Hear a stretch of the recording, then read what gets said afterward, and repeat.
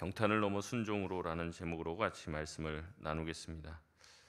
우리가 보지는 않았지만 이 앞부분의 내용에서 예수님은 광야에서 시험을 치르십니다. 광야에서의 시험은 예수님께서 당하신 일이 아닙니다. 우리가 시험을 당했다 이런 표현을 쓰는데 시험을 당하신 것이 아니죠. 광야의 시험은 철저히 성령님에 의해서 진행된 것이고 성령 충만의 결과로 이루어진 것입니다. 우리가 읽지는 않았지만 4장 1절을 보면 예수께서 성령의 충만함을 입어 광야에서 40일 동안 성령에게 이끌리어서 시험을 받으셨다라고 말하고 있습니다. 그러니까 마귀가 찾아와서 예수님을 격동하고 시험한 게 아니라 누가는 뭐라고 얘기하는 거예요? 예수님께서 성령의 충만함을 입어서 성령의 이끌림을 받아서 광야로 나가게 되셨고, 다시 말해 예수님께서는 그 광야에서의 사단의 시험이 있을 것을 아시고 광야에서 금식하시고 시험 가운데로 이끌림을 받았다는 얘기입니다. 누가복음에서 저자는 계속해서 예수님의 모든 사역이 바로 성령의 사역이며 성령에 의해서 이끌림 받은 걸음임을 묘사하고 있습니다. 그리고 그 모든 것들은 우리가 그렇잖아요. 그 마귀한테 시험을 받았다. 그럼 내가 지금 뭔가 신앙이 좀 떨어지고 뭔가 좀 내가 연약한 상태에서 사단이 날 공격한다 이렇게 생각하는데 전혀 아닙니다. 자꾸 우리가 경험적으로 신앙을 가지게 되는데 성경적으로 가져야 되는 거죠. 성경에 보면 예수님이 가장 성령에 충만할 때 뭐가 찾아오는 거예요? 시험이 찾아온다는 거죠. 우리가 은혜 받는다고 그러잖아요. 수련회 갔다 오고 애들이 그럼 뭐가 찾아오는 겁니까? 사탄의 시험이 찾아오고 이제 그런 거죠. 그러니까 우리가 은혜 많이 받을 때 제일 위험해요. 그때 제일 공격을 많이 받고. 오늘 본문도 마찬가지입니다. 예수님께서 이제는 갈릴리로 가시고 또 자신의 고향인 이제 나사렛으로 가는 장면들이 나오는데 그 모든 것 또한 오늘 본문의 14절의 말씀에 뭐라고 얘기하고 있습니까? 예수께서 성령의 능력으로 갈릴리에 돌아가셨다라고 얘기를 하면서 계속해서 예수님께서 누구의 인도를 받고 있다는 거예요? 성령의 인도를 받고 있다는 거죠. 우리도 우리의 행하는 모든 삶이 성령님의 인도와 성령님의 충만함과 성령님의 능력으로 행하는 발걸음이 되어야 될 줄 믿습니다. 그래서 늘 기도하는 겁니다. 늘 하나님 앞에 기도하는 거고 내 생각으로만 하려고 하지 말고 하나님한테 묻고 기도하고 걸음을 걸어 나가는 것이 중요하다는 거죠. 그러면서 오늘 본문의 말씀은 갈릴리의 사역 또한 바로 성령의 사역임을 이야기하고 있습니다. 14절에 예수님은 갈릴리를 중심으로 여러 회당을 다니시며 사역을 하십니다. 그리고 갈릴리의 사역은 15절에 보면 무사람들에게 굉장히 큰 칭찬을 받고 환영을 받으시는 사역이었다라고 말하고 있습니다. 이 갈릴리는 이제 예수님께서 공생의 기간 동안 사역하시는 주된 이제 사역의 무대가 되는 곳이죠. 그리고 예수님은 갈릴리의 사역을 마치고 이제는 장소를 이동하십니다. 16절에 이제는 어디로 가십니까? 자신이 자라시던 곳 고향 나사렛으로 가십니다. 그리고 거기서도 늘 하시던 대로 하십니다. 안식일에 회당에 들어가 성경을 읽으려고 자리에 서셨죠. 그러자 17절에 성경을 맡은 자가 이사야의 글을 가지고 옵니다. 지금처럼 우리가 다 성경 가지고 있는데 이렇게 성경을 가지고 있는 게 아니에요. 그 당시 성경은 굉장히 고가입니다. 고가고 아무나 소유할 수가 없어요. 그래서 지역에 이제 회당이 있으면 그 회당장 정도 되는 사람, 이제 굉장히 재력이 있어야지 되는 거고 그 회당을 관리할 수 있어야 되니까 또 명망이 있는 또 신앙이 있는 인사가 되는 것이죠.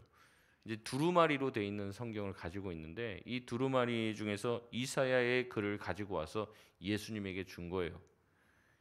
예수님은 이사야의 글 중에서 일부분을 찾습니다. 찾아서 오늘 본문의 말씀을 읽어주는데 18절에서 19절 말씀을 찾아서 읽으십니다. 우리 18절 19절 말씀 같이 한번 다시 읽겠습니다. 시작. 주의 성령이 내게 임하셨으니 이는 가난한 자에게 복음을 전하게 하시려고 내게 기름을 부으시고 나를 보내사 보로된 자에게 자유를 눈먼 자에게 다시 보게 함을 전파하며 눌린 자를 자유롭게 하고 주의 은혜의 해를 전파하게 하려 하심이라 하였더라. 아멘. 이 말씀은 이사야 61장 1절에서 2절 말씀에 대한 인용입니다. 예수님은 이 이사야의 예언을 통해서 예수님의 공생의 사역이 어떠할 것임을 말씀하고 있는 거죠. 예수님의 사역은 앞으로 어떤 사역이 될 것이냐? 억눌린 자들을 해방하는 사역이 될 것이라는 거예요. 눈먼 자들, 눈이 열려 있죠. 그러나 볼 것을 보지 못하는 눈먼 자들의 눈을 여시는 일을 할 것이고, 실제 앞을 보지 못하는 사람들의 눈도 열어줄 것임을 말씀하십니다. 다시 말해 예수님의 사역은 억눌린 곳, 갇힌 곳에서부터의 해방이요, 보지 못함에서 봄으로 나아가는 깨달음과 자유의 사역임을 말씀하시는 거죠. 그렇기 때문에 진리를 깨닫게 되면 진리가 우리를 어떻게 하는 겁니까? 자유케 하게 하는 거죠. 예수님의 사역이 앞으로 그렇게 될 것임을 말씀하고 있는 것입니다. 예수님의 사역은 은혜의 사역이 될 것이고, 빛과 자유의 시대, 해방의 시대를 여는 위대한 사역이 될 것이라는 그 이사야의 글을 인용하여 자신의 말씀을 하시는 거죠. 다 읽으신 후 예수님은 20절에 성경을 맡은 자에게 다시 성경을 주십니다. 그리고 21절에 말씀을 하시는 거죠. 21절 말씀 같이 한번 읽겠습니다. 시작. 이에 예수께서 그들에게 말씀하시되 이 글이 오늘 너희 귀에 응하였느니라 하시니. 아멘. 회당에 있는 사람들이 예수님이 이제 다 성경을 읽자 주목하는 겁니다. 도대체 무슨 말씀을 하실까? 예수님은 말씀하십니다. 오늘 이 말씀이 너희에게 성취되었다. 예수님은 이 말씀을 통해서 이사야의 말씀, 이사야에서 말하려고 하는 그 메시아가 바로 자신임을 증언하고 계시는 것이죠. 그리고 예수님은 계속해서 말씀하시는데 말씀의 내용들이 오늘 성경 본문에는 등장하지는 않습니다. 근데 22절의 말씀을 보면 내용이 어떠한지는 대략 알 수 있습니다.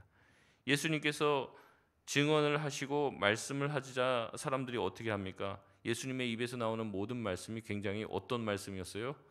은혜로운 말씀으로 여겨서 놀랐다라고 얘기를 합니다. 그러면서 나오는 반응이 어떤 반응입니까? 이 사람이 요셉의 아들이 아니냐라는 말을 하는 거예요.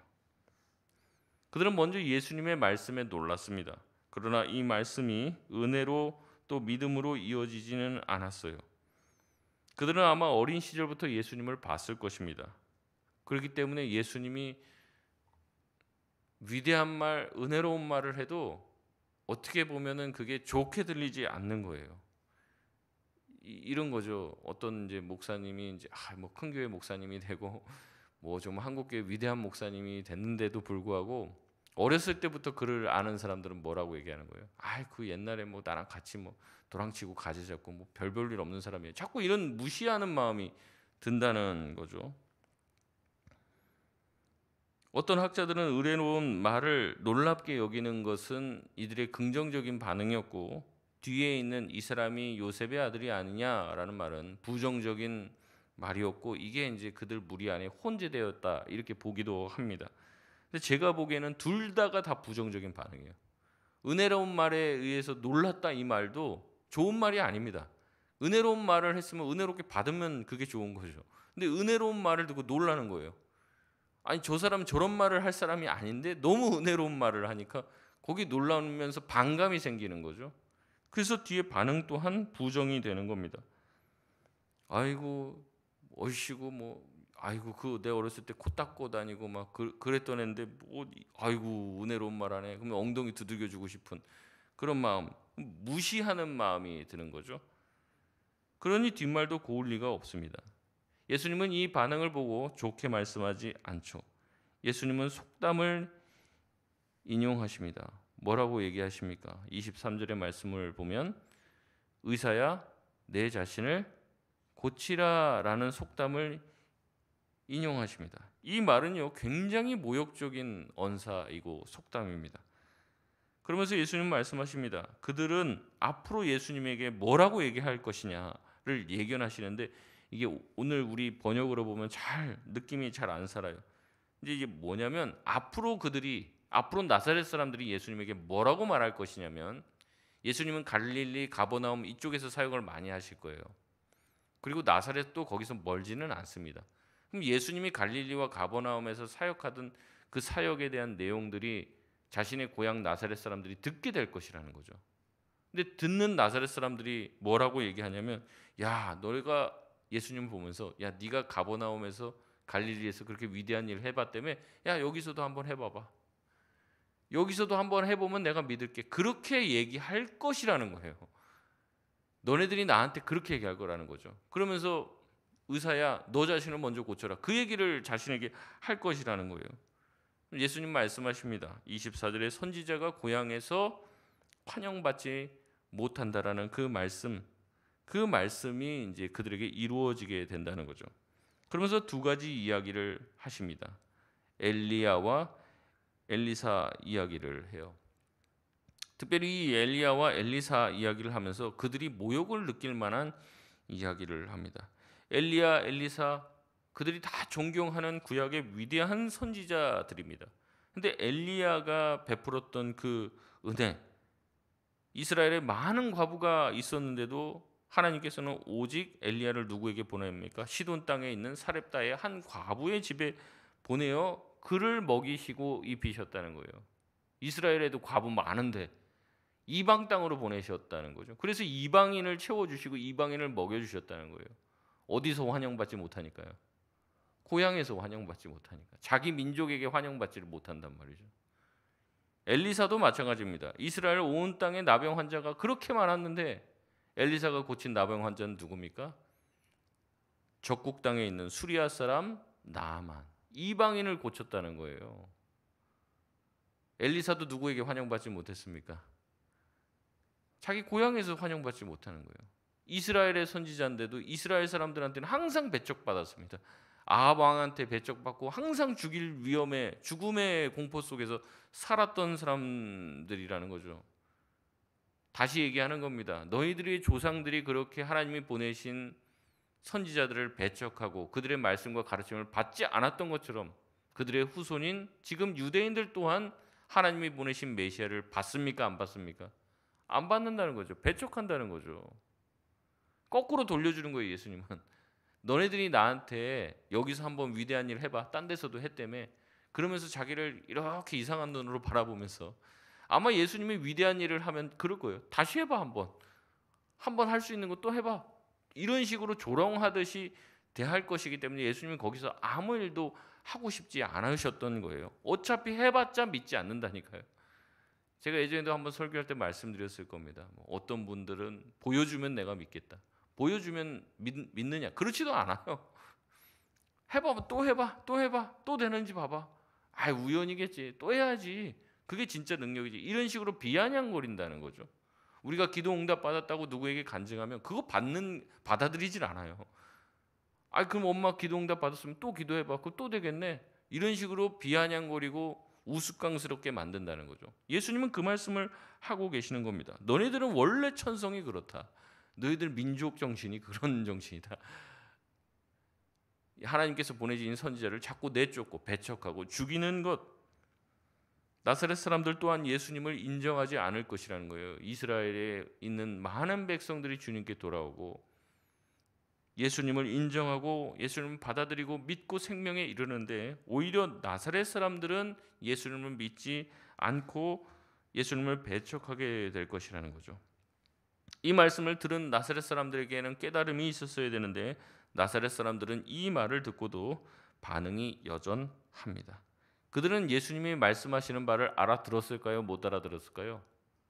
알아들었습니다. 예수님이 지금 무슨 말씀하는지 정확하게 알아들었습니다. 그래서 어떻게 합니까? 회개에 이른 게 아니에요.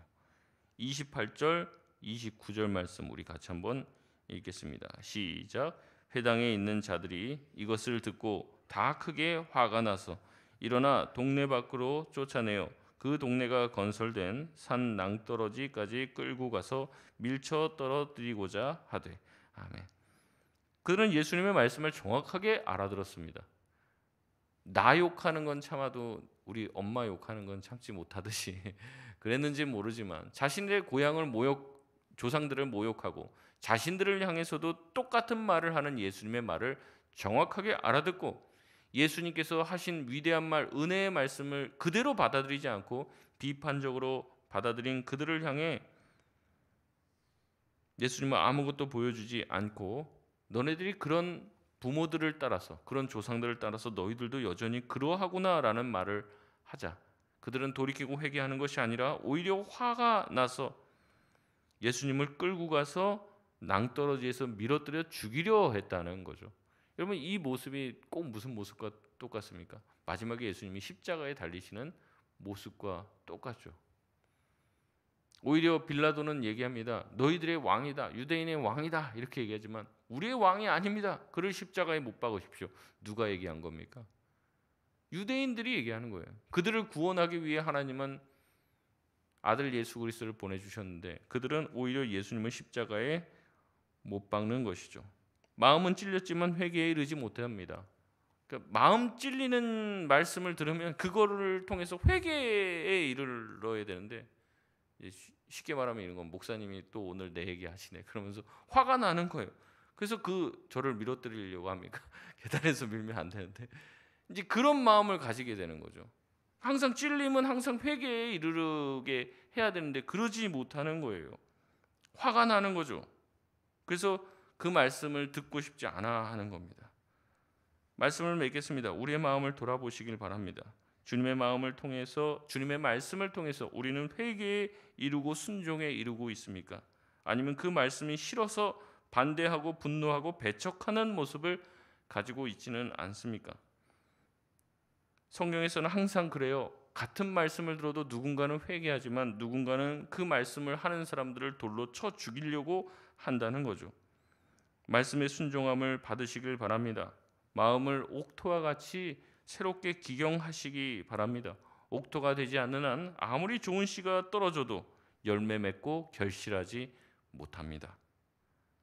오늘 이 말씀을 기억하면서 항상 주님의 말씀을 듣고 그 말씀이 우리 가운데 찔림이 된다면 회개함 가운데 이르르고 변화를 통해서 결실하는 인생이 되게 해달라고 기도하며 자신을 돌아보며 사는 저와 여러분 다 되시길 주님의 이름으로 축원드립니다.